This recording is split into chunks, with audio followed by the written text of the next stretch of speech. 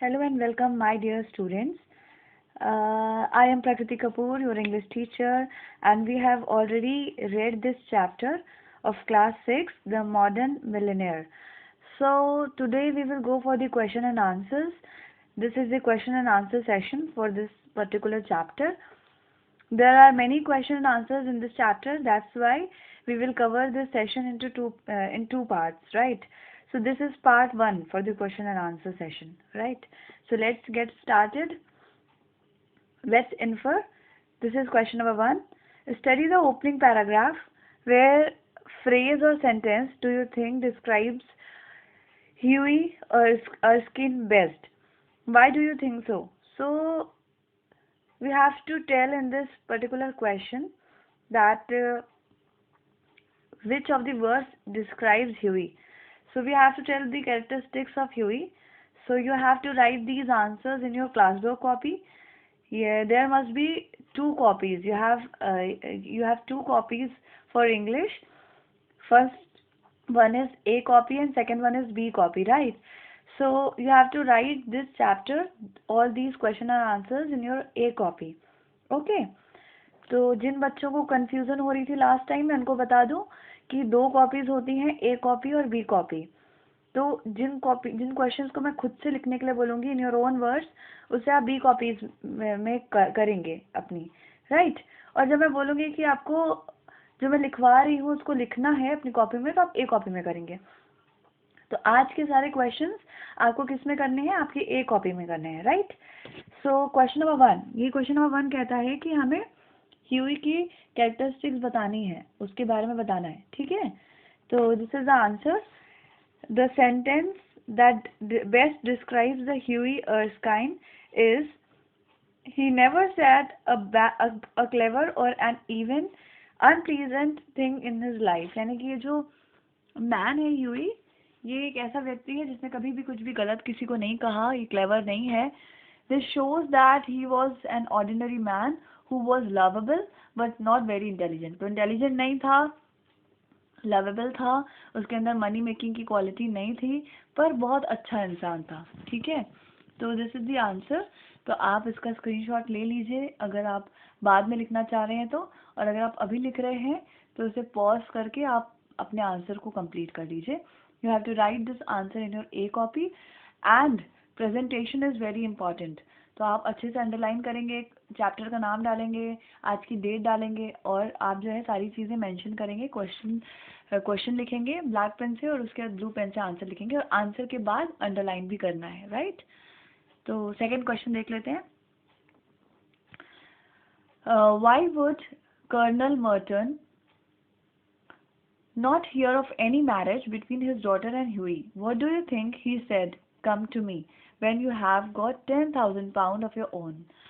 तो क्वेश्चन हमसे ये पूछा जा रहा है कि why would colonel Merton not hear of any marriage between his daughter and Huey? तो कर्नल मर्टन जो है, लॉरा मर्टन के पापा, वो कभी भी अपनी बेटी और ह्यूई की शादी की बात नहीं सुनते थे, है ना. Why do you think he said? आपको क्यों लगता है कि उन्होंने कहा था कि मेरे पास तब आना, come to me when you have got 10,000 pound of your own, जब तुम्हारे पास तुम्हारे खुद के 10,000 पाउंड रुपए होंगे. पाउंड्स, रुपए नहीं बोलते हैं उनको पाउंड्स बोलते हैं वहाँ पे, ठीक है. जैसे हम इंडिया की करेंसी को रुपीस बोलते हैं, वैसे वहाँ पर लंदन में, ब्रिटेन में पाउंड्स कहा जाता है. तो उन्होंने क्यों कहा था ऐसा? तो here is the answer for this question. Colonel Merton would not hear of any marriage between his daughter and Huey because Huey's father had died, leaving him penniless. क्यों उन्होंने कहा था ऐसा? क्योंकि जो ह्यूई के पापा हैं, ह्यूई के पापा जो थे वो मर गए थे, और अपने बेटे के लिए उन्होंने बिल्कुल भी पैसा नहीं छोड़ा था, यानी वो बहुत गरीब व्यक्ति था Huey. Apart from it he was a jobless man. इसके अलावा ह्यूई खुद भी कुछ भी नहीं करता था, और वो बेरोजगार था, जॉबलेस था, और एक जॉबलेस लड़के से वो अपनी बेटी की शादी नहीं कराना चाहते थे, इसलिए वो ये बात नहीं सुना करते थे. I hope you must have understood.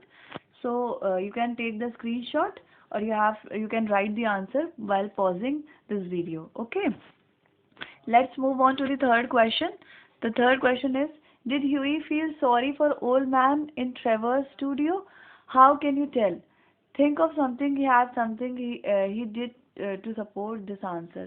तो क्या ह्यूई को बहुत बुरा लगा था उस व्यक्ति के लिए जो उस दिन ट्रेवर यानी उसके दोस्त के स्टूडियो में मिला था, और ये बात आप कैसे बता सकते हैं? तो let's go through the answer. Huey felt sorry for the old man in the Trevor studio because he remarked him how miserable he looked. क्यों उसको बुरा लगा था? क्योंकि वो जो था बहुत मिजरेबल, बहुत गरीब, बहुत दयनीय स्थिति उसकी नजर आती थी. ये देखकर उसको बुरा लगा था. राइट? ठीक है. नेक्स्ट देखते हैं. Next question, question number 4. Look at the paragraph beginning with the old man was surprised. Why do you think the old man smiled? Was it because he was grateful? तो आपको क्या लगता है कि जिस पैराग्राफ में कहा गया है ना, the old man was surprised, तो आपको क्यों लगता है कि ओल्ड मैन सरप्राइज हुआ था? और ओल्ड मैन ने स्माइल भी किया था. वो भिखारी जो बेगर था उसने स्माइल भी किया था. क्यों? क्योंकि वो बहुत थैंकफुल था, ग्रेटफुल था. इसलिए किया था क्या उसने? देखो, हम बताएंगे यहाँ पर the old man smile because he was not actually a beggar. क्यों मुस्कुराया था? क्योंकि वो भिखारी नहीं था बट अ मिलियनेयर था. वो बहुत करोड़पति व्यक्ति था, फिर भी ह्यूई उसको पैसे दे रहा था. He realize that the Hughie had a golden heart. उसको ये महसूस हो गया था कि ये बहुत बड़े दिल का व्यक्ति है.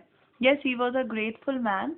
तो वो ग्रेटफुल मैन था, वो थैंकफुल भी था, लेकिन वो ग्रेटफुल मैन था. बहुत बड़े दिल का आदमी ये व्यक्ति भी था, बेगर भी था. As he gave the Huey the amount he needed to marry Laura, क्योंकि उसने ह्यूई को वो पैसा दे दिया था बाद में जो ह्यूई को लॉरा से शादी करने के लिए चाहिए था. तो take the screenshot of this answer too. So you have to write these 4 answers today in your copy with today's date, right? So we'll continue next questions in the next session. So thank you for today. Stay blessed. God bless you. Thank you so much.